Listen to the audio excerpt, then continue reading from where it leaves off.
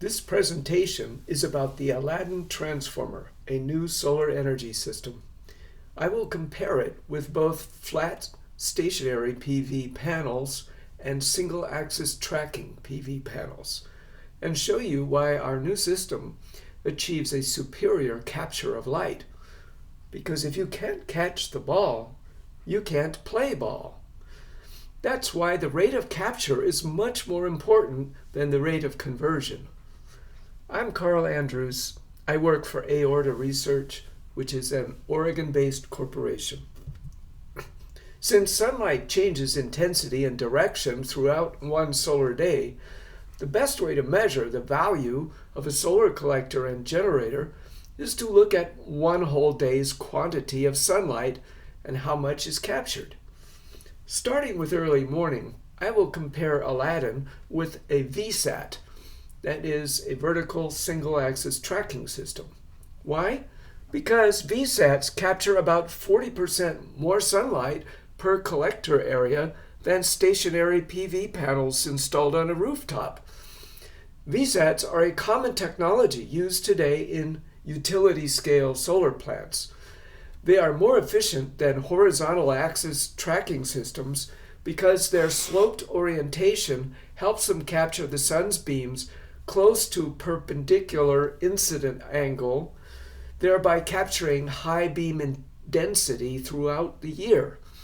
So this VAST or VSAT system, though more expensive to install than horizontal tracking, is more efficient at the panel level and a good bar to compare against.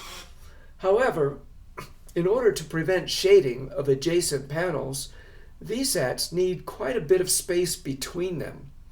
This means only 65 to 70% of the beams available at a given area of land or roof can be captured by VSAT PV panels.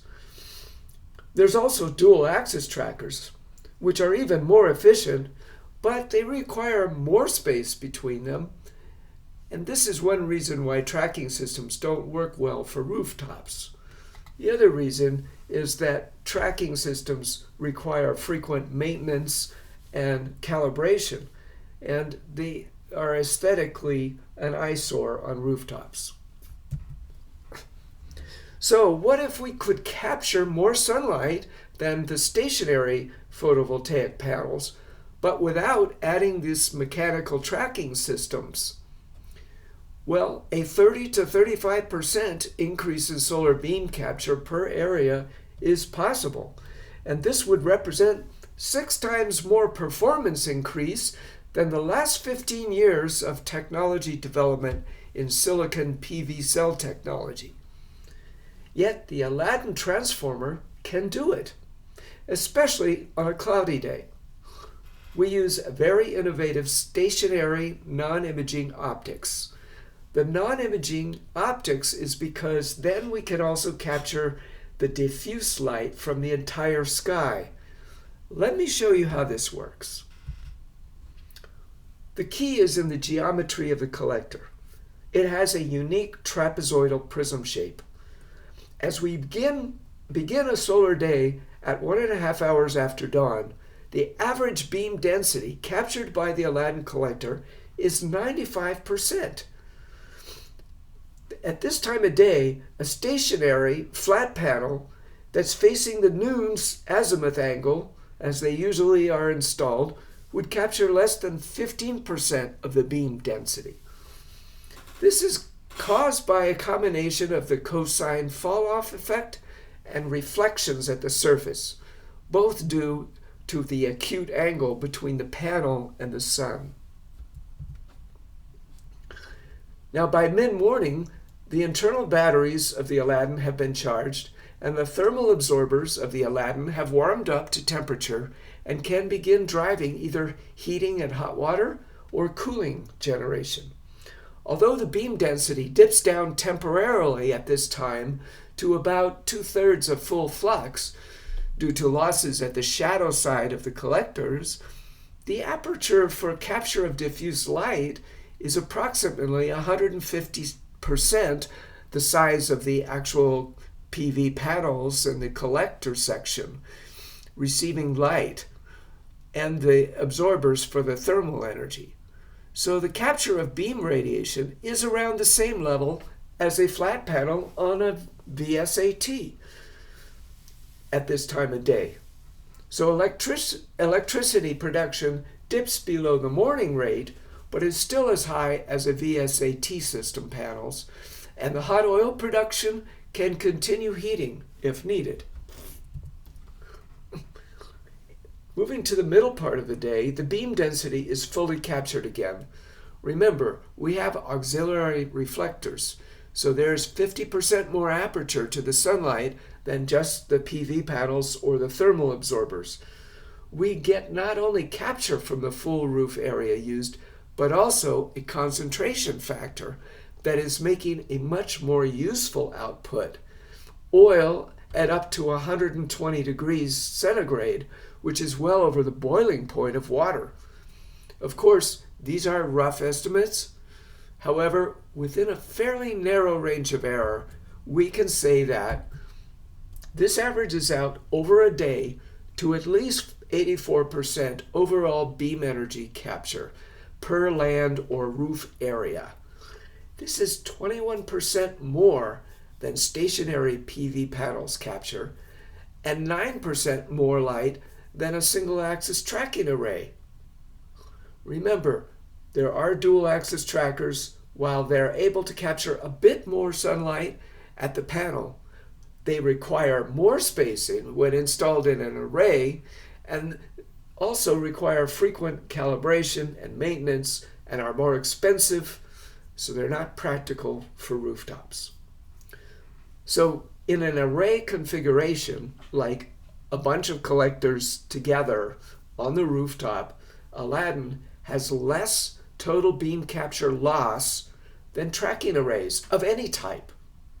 To top it off, Aladin provides heat capture also and is capable of making as much heat as electricity. So far, we looked at beam capture percentage, which measures how much of the available direct solar resource is actually captured. We have overlooked indirect or diffuse sunlight, and the Aladin Transformer is also superior at capturing that to other collectors. Now let's look at the concentration factors, both external and internal to the collector. First, the auxiliary reflectors externally are redirecting up to 40% more solar flux into the collector, giving 1.4 suns concentration. Secondly, inside the collectors are CPC reflectors, which concentrate the sunlight more at a factor of 3 to 5 suns, which is controllable by moving the internal reflector baffles. This means the usability of the light is both higher and more consistent through changes in the time of day, changes in the weather conditions, and changes in the building needs. So for the thermal side, concentration factor determines whether the heat collected is actually usable for certain end uses. For example, driving an absorption chiller for cooling requires 120 degrees C or more, which most thermal collectors cannot produce. Chemical processing requires 100 to 160 degrees C, and domestic hot water heating requires only 55 degrees centigrade, and underfloor heating requires only 28 degrees centigrade. Now, the Aladin Transformer can drive all of the above because its outputs are concentrated and they're variable in real time. Other collectors, thermal collectors, cannot do this. Aladin makes useful heat in both winter and summer because it can drive both heating and cooling. How much added value is an all-season thermal collector? At least 75% more value is my guess. PV cells can also benefit from concentrating sunlight. Some newer solar cells actually are more efficient at converting light to electricity at 2 suns concentration than at 1 sun. And it takes half as many cells or less to make a given amount of electricity. With less materials cost to convert it, a lower levelized cost of electricity is realized. However, concentrating sunlight more than 3 times produces very high temperatures that require very expensive materials and entails danger like fire or melting parts of the system. The Aladin system therefore stays well under the 3 times concentration ratio, mostly for safety's sake. Our top smaller panels are only exposed to a 1-to-1 ratio, that's unconcentrated sunlight. Our bifacial panel will receive various concentration factors depending on the position of the movable internal reflectors. That means that if the PV cells start to overheat, the concentration of incident sunlight can be instantly reduced by moving the reflective internal baffle and directing more sunlight to the heat absorbers and less to the PV cells. My guesstimate is that the bifacial panel will receive between 1.8 suns and 2.25 suns of concentration, depending on the time of day, whether it's all sunny or partly cloudy, and the position of the baffle reflectors. This concentration, though, is also split between the 2 sides of the bifacial panel, giving more heat dissipation than 2 suns on a single side. So is there enough heat energy captured for the building? At maximum heat settings, around 25% of the light can be captured by Aladin's thermal absorbers. However, thermal absorbers used in the Aladin are 4 times as efficient as the photovoltaic cells, which means that in terms of watts of heat output, 25% of the sunlight can generate 100% heat to electricity ratio. And the Aladin transformer will also recover heat from the collector's central channel using a heat storage plug-in unit, and that provides an additional supply of heat for nighttime heating. The use of transparent aerogel as a super insulator also conserves the heat that is captured much better than current solar collectors.